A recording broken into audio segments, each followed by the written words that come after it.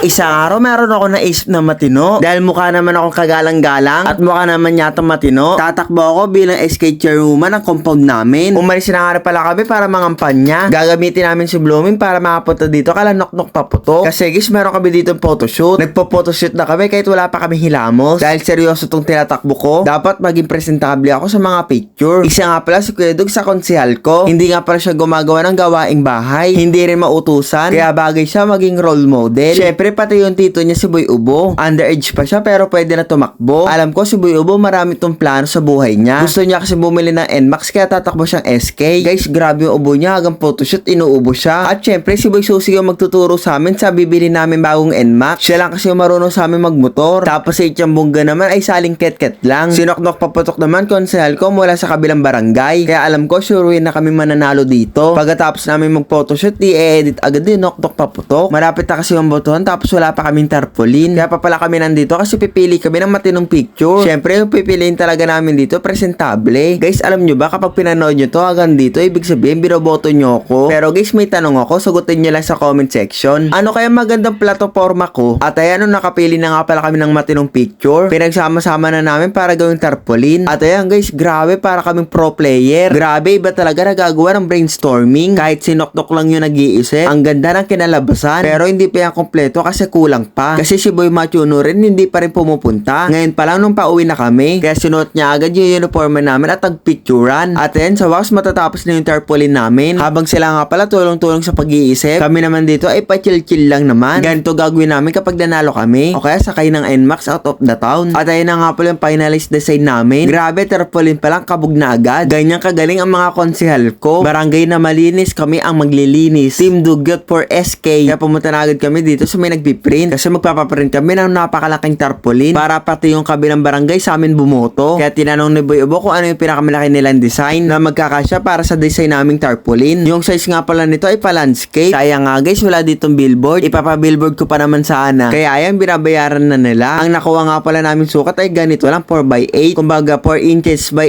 8 inches. Medyo maliit pero okay na yun kasi makikita naman kami. Lumabas na nga rin pala kami dito kasi nangangamoy kulob yung loob. Hindi pa kasi kami nakakaligo. Tapos ayan guys, tinawag kami at patapos na yung tarpaulin namin. Sobrang laking gulat ko nga pala dito kasi sobrang laki pala nito. Akala ko yung sukatan kasi nila 4 inches lang. Grabe guys, tignan nyo ako kay Pogi ko. At ayan guys, nag-iisip kami kung saan namin ito ilalagay. Kasi unexpected, hindi namin inaasahan. Sobrang laki pala nito. Kaya guys, huwag nyo kami iboto sa dadating na halalan. Yun lang, thank you for watching. Bye bye!